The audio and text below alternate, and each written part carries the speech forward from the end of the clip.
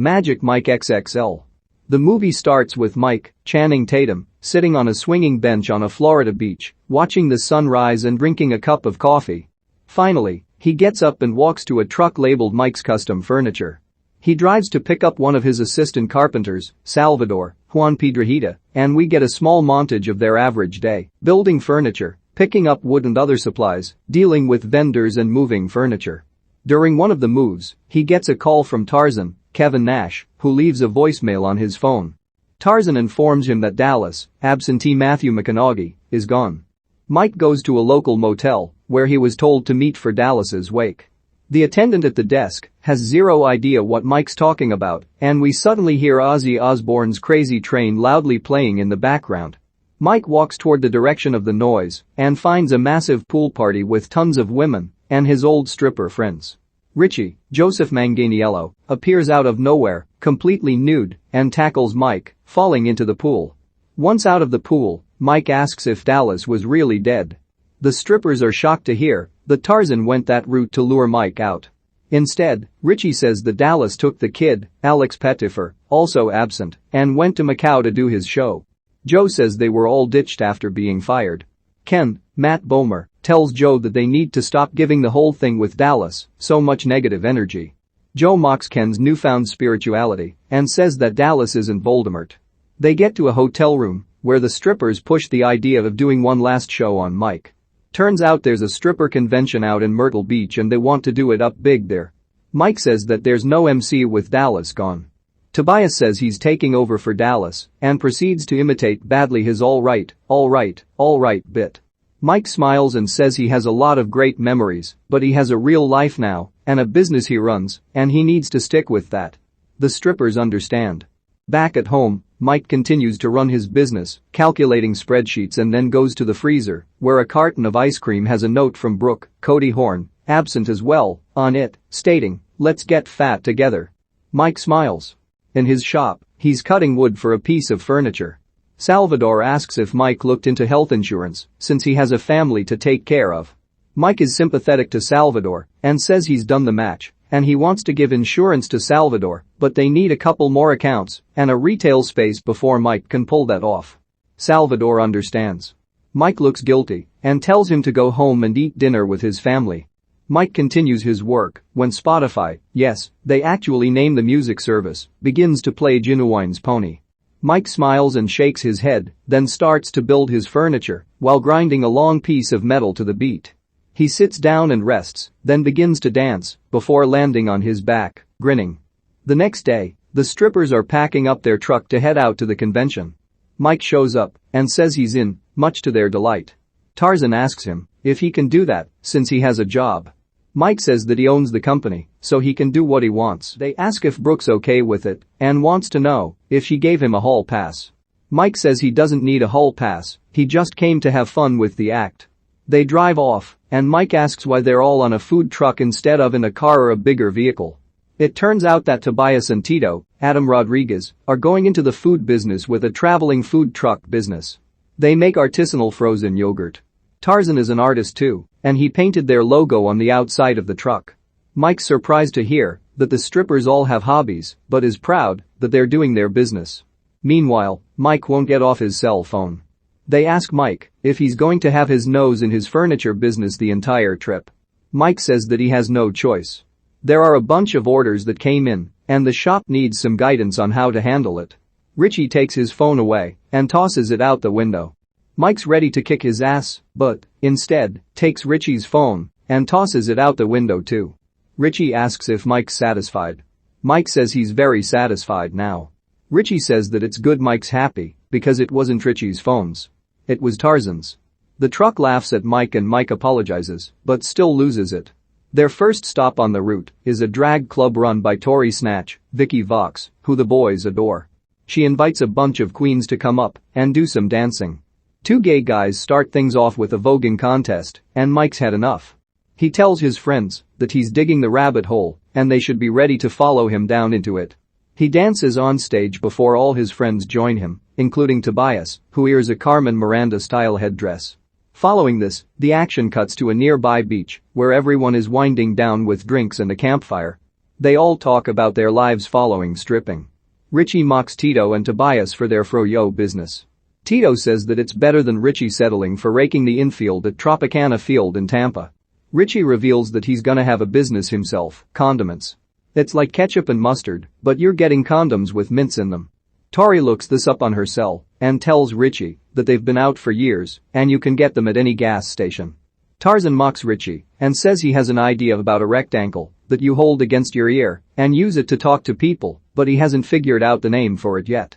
Meanwhile, Mike catches up with Ken and asks if he's still with his wife. Ken says they divorced a while back. He wanted to try monogamy, but that didn't work for her.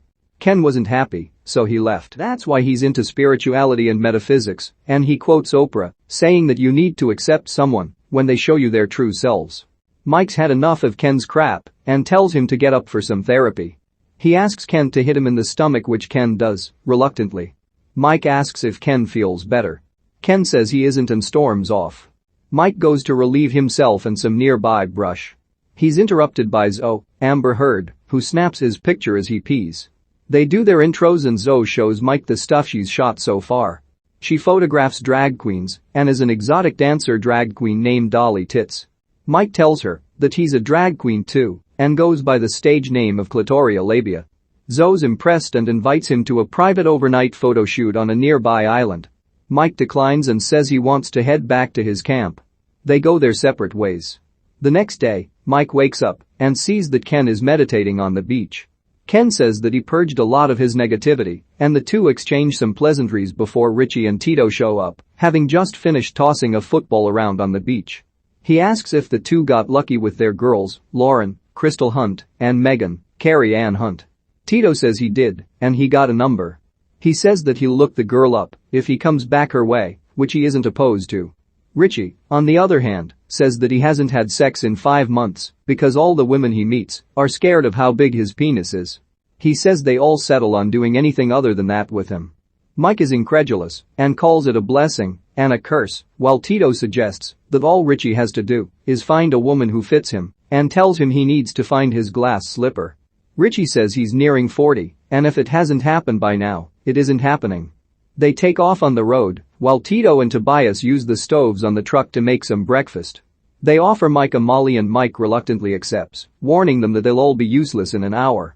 Richie tries to go over their act program, but Mike's not impressed, saying that their old routine has already been seen. He says that if they're going to do this, they're going to come up with some new acts. Richie's not happy with this, so Mike asks Richie how much of his own routine and music he came up with. Richie admits that Dallas handled it all. Mike says that's the reason they need a new act. Richie argues and says that there's no way he's giving up his fireman act. We get a graphic on screen that reads 54 minutes later. They're all high on the mollies they took. Richie is going insane, yelling ideas about his next routine. He wants to be in a wedding, wearing a tux, and the girl he dances for has a veil, and everyone throws rice on them. You can barely make out anything because everyone's talking at the same time. The truck runs low on gas, so they stop at a local gas station that has a mini-mart. Richie mentions Mike's fondness for his pony act and that he could never be like Mike in that vein. Mike explains that he got the idea for Pony because he saw a girl at a party who had a guy who probably wasn't making her completely happy. Mike says that Pony was simply him picturing what he'd do to that girl. He tells Richie has the skills to make any girl happy just by tying his shoes. He looks into the gas station shop and points out the female clerk at the register, saying that Richie could even get smiles from her. Richie's not buying it at all but goes inside anyhow. When Richie enters, "I Want It That Way" by the Backstreet Boys begins to play on the store's radio. Richie reaches down to tie his shoes. The clerk doesn't see it. He goes for a bag of Cheetos and rips them open, and the clerk just looks at him weirdly.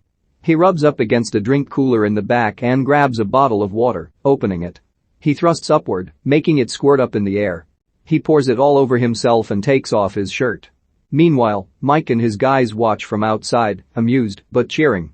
Richie slides to the counter, gets up and says, "How much for the water and Cheetos?" The clerk is still stone-faced, then cracks and giggles. Mike and the strippers are ecstatic and cheer. After getting back on the road, everyone's in good spirits.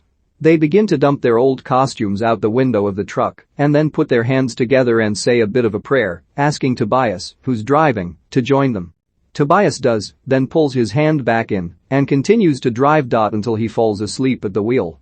The truck goes through a roadside and into a small forest, crashing straight into a tree. They all get out and examine where they're at. Tobias is bleeding from his head, but everyone else seems to be all right. They get to a nearby hospital where a doctor tells them that Tobias will live, but because he hit his head, he needs to be kept under observation for 48 hours and cannot go anywhere. The guys agree. They visit Tobias, who apologizes for what happened. Ken tries to heal him, which aggravates Richie to no end. Ken retorts, saying that dumping the costumes and their routine and the crash was all meant to be. Richie throws a temper tantrum, and Mike says that he needs to relax because he's just coming down from the drugs they took earlier. Richie calls him an idiot. Mike agrees, saying he must have been an idiot, and reveals that Brooke left him. He proposed to her, and she didn't accept, so here he is. This rallies the troops, except when one of them points out that, without Tobias, there's no MC for the group. Mike says he knows one in Savannah, Georgia. They ask about Tobias, and Mike says it's not a big deal, they can pick him up on the way back home. The boys arrive at Domina, a small Savannah mansion that's been converted into a ladies' club for rich women. The doorman sees Mike and based on his name, and brings him up to a room on the second floor. Inside the room is Rome, Jada Pinkett Smith, who runs the club. She and Mike kiss briefly, then she breaks it and tells him to sit down. They discuss their pasts. Rome taunts Mike, telling him that she knew Dallas would screw him and his friends. Mike says that Rome did the same to him. Rome decides to take him downstairs to show him what the club is about. They see several different stripper acts involving Augustus, Michael Strahan, and Malik, Stephen Boss, along with a small singing act with Andre, Donald Glover. After this, Mike crew fraternizes with Rome's crew, and Mike reveals his plans for the convention in Myrtle Beach. Rome's pissed, saying that the convention is a cheap expose and that she runs a class business. Mike says that he doesn't want to ask favors, but that he thought he'd run the idea across her. Rome responds by bringing him back inside of Domina and grabbing a young girl. She plays to the crowd, telling them all that a ghost came back into her life, and his name is White Chocolate. She says that anyone who's been to Florida knows him as Magic Mike. She wants to see if Mike still has some magic in his Mike. At first, Mike scoffs and says that Rome is being an asshole, but gets into the act anyhow, entertaining the lady she picked out. The crowd goes mad, dropping dollar bills all over him by the end. As the club closes, Mike says goodbye to Rome. Mike's sad she won't consider the MC offer, but that's the way it goes. Tito has found a place for them to stay for the evening. The house of one of the girls from the beach. Rome has assigned Andre to drive them there. As they drive, Mike reveals that he and Rome had a thing, and that it all ended when Mike went to work for Dallas. Meanwhile, Ken and Andre talk in the front seat. Andre has put some of his music online, hoping it will go viral. Ken's proud of him and tells Andre that he's a budding actor, himself. He commends Andre for what he's doing with his other skills. Andre tells Ken he'd still do his stuff at Domina if he became rich because he loves the attention from women. They get to their destination. A beautiful mansion in the middle of the outskirts of Savannah. Entering, they find they've interrupted a girls' night full of rich older women. The owner of the house, Nancy, Andy McCowell, tells them to stay and have some wine with them. Mike's unsure, saying that Tito told them that this was where Megan and Lauren lived. Nancy wants to know how they know her daughters. They say they met them at a bar, and Nancy buys it. She asks what they do and Megan and Lauren finally enter the room, along with Zoe, sitting on the couch with Richie and Tito. Mike says he runs a furniture store, while Tito's in the food business. He says that Tarzan's an artist, and Ken's an actor. They ask about Richie, and Mike's got nothing, so the daughters finally say, "They're strippers, Mom." Nancy is loving this, and says the night is getting interesting, and that more wine is needed. Zoe says she's all over it, and asks what they want. "Anything that looks expensive is just fine," she replies. Mike goes with her. Zoe's a bit pissed off and bitter, and Mike can sense it. They grab a bunch of wine together, including a bottle of red wine from 1959, and head back upstairs. They discuss life and talk about their wants and needs. Nancy says that she's a divorcee who found out her husband was gay. She's not happy with the way her life has gone, so she's shunned the family life. Tarzan says that he doesn't feel that way at all. He says that he's had a rough life, but he'd trade it all for a wife and kid and house. It makes him sad that he can probably never have that. May, Jane McNeil, says that she's never had sex with her husband with the lights on. Ken comes to her rescue, saying that her husband doesn't value her and that he needs to be aware of her needs or else another man will scoop her up. Ken sings Bryan Adams' Heaven to her and flirts with her and dances with her, much to Jane's delight. Nancy says that she wishes that she could have met Mike and his friends back in her day, to which Richie responds, "It's still your day, ma'am." Nancy grins and blushes, then stands up and asks Richie to do the same. She asks if she can pop Richie's hood and Richie agrees. Mike retreats into the kitchen to retrieve Zoe. Zoe eats red velvet cake and Mike tells her to come out and see the show because the fireworks are about to begin. Zoe does not have it. Mike asks her what the problem is. She says she went to New York and got a photography job, but the guy who hired her was a snake, married and intent on getting some on side, and used the job thing as an excuse. The whole thing turned her off. She's pissed at Mike because he made himself sound attractive to Zoe, and she's convinced that men are scum. Mike talks her off the ledge, saying that Zoe's experience was, indeed, awful. He tells her all about the convention and that he'd love for her to be there because he wants to make Zoe smile again. Zoe, any god worth their salt always sends you men in thongs when in need. They finally introduce one another with their real names. The next morning, Mike wakes up next to Tarzan, who's snoring like a buzzsaw. He meets Tito and Ken downstairs for breakfast, sipping on beer. Several bottles of wine sit on the counter from the previous night. Richie comes into the room with Nancy, and the two smile and kiss. She hands him a key remote and says goodbye to him. They ask Richie if they had sex and Richie nods. Tito asks if Nancy was Richie's glass slipper. Richie nods again. Every inch? Mike asks. Richie says yes. Ken shakes his hand, and they all celebrate. When they go outside, Nancy's left them a beautiful Rolls-Royce convertible to take into Myrtle Beach. She didn't care what shape it came back in, as long as it came back, Richie explains. It was her ex's car. The boys drive into town, and, when they get to their hotel, they find out that Nancy has upgraded all their rooms, and they are to be treated like royalty. They even have free use of a conference room to plan out their routine for the convention. Near the pool, they discover that Rome, Malik, and Andre are all waiting for them. The planning begins, and we get a montage set Get to the Groove line by Heatwave. Tarzan tries on outfits, Malik and Mike do a dance routine together, Andre and Ken instruct the DJ what to play and when, etc. That night, Mike and Tito finally talk about Tito's yogurt business. Tito is afraid because he thinks he'll be stuck making crushed ice cones and not going anywhere. Mike says that when they get back to Florida, he'll go over Tito's business plan and help him the best way he knows how. The next day, they stand in line at the convention registration desk. Paris, Elizabeth Banks, one of the registrars there, sees Mike and flips out. He says that he wants to get in with his guys. Paris says she loves him, but that they're not special and there's nothing she can do until she sees Rome. Her and Rome hug and kiss and get really close, causing Mike and his crew to look at each other awkwardly. Paris says that she'll get Mike and his crew in, but only as a favor to Rome. She tells them that she's giving them the money spot, so they have to make some money. Backstage, we get a small montage of the acts lining up. There's a Spartan act from 300, a bunch of black guys wearing leather and studs, and even a Neo from the Matrix. Tarzan sits alone, and Mike approaches him, saying that they haven't had any one-on-one time since Mike got there. He asks how Tarzan's mobility is, and Tarzan says his knees feel okay, but he can't move very well anymore. He tells Mike he's nervous. Mike tells him not to be. Tarzan says that he called Mike out there because he missed him, not because he wanted to fuck with him, by telling him Dallas was dead. They shake hands, and it's showtime. There's a Twilight act going on stage. Jacob and Edward shove one another before Jacob rips his shirt off and declares, "I fucked Bella." Richie just shakes his head, giving a really look, then tells Mike and the guys that there's a Twilight act and that they're cleaning up. Tarzan says it makes sense since the girls watching would be the same ones who saw Twilight in the theaters. Mike gets the group together for a pep talk. Rome interrupts and says she doesn't want a pep talk. She just wants action. She leaves. Mike does it anyhow, and they split. Paris introduces them as Resurrection, and they all come out, wearing boxing robes.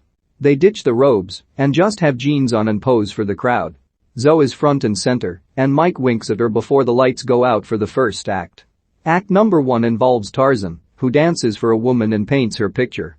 He does an WoDX-style crotch chop. In real life, Kevin Nash is a retired pro wrestler and he used to do that during matches and then paints a portrait of the woman he dances for. He takes a bucket of glitter and tosses it at the canvas, and it reveals an outline of her figure with the word goddess on top of it. Rome introduces Tito in act number 2. He's an ice cream vendor who pulls 3 women onto a bench. He dances and grinds before them, eating chocolate and cherries off their bodies and finishes by spraying whipped cream all over them. Rome tells them that the last act was a tasty treat and introduces Ken in the next act. Ken puts on a fedora and has slacks, suspenders, and a tank top. He dances to a song he wrote and produced himself called How Does It Feel? And sings it to random women who rub against him and pour dollar bills all over him. Andre says that all women like commitment and that they're going to give women the chance to find that happiness. He introduces Big Dick Richie. Richie comes out in a full tuxedo and picks a woman out of the crowd as Andre sings Bruno Mars' Marry You. They get a ceremony and big, fake ring and then make their way to the bedroom, where the mood suddenly changes. The lighting goes completely red and 9-inch nails closer throbs over the speakers. Richie begins stripping to the music and puts her in a sex rack, grinding into her, and the act ends. Rome finally introduces the next act, saying that grown-ass woman shit is gonna do down for the final act. She pulls 2 women from the crowd, including Zoe. Then she says her next dancers need no introduction. It's Mike and Malik. The girls sit back to back with a large mirror between them. Both guys wear the same thing and mimic each other's movements in spectacular form. Zoe has the time of her life, and the act ends with Zoe tearing Mike's pants off, revealing a thong. Richie, Tito, and Ken are all in thongs, dancing with ladies in the crowd. We cut to the after party on Myrtle Beach at night. It's the 4th of July. Slow motion shots show everyone saying goodbyes and the boys walking downtown with some of the ladies. Zoe approaches some friends and puts her arms around them. It's an atmosphere of friendship and camaraderie. We hear the sound of fireworks and see them lighting up the strip. Mike and company look up as DJ Khaled's All I Do Is Win plays. The movie ends with Mike grinning ear to ear while watching fireworks.